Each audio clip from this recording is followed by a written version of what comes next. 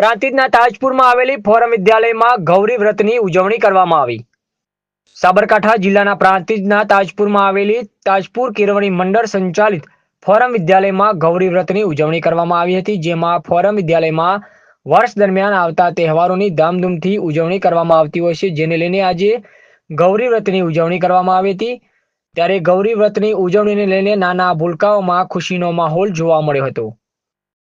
અહેવાલ અલ્પેશ નાયક।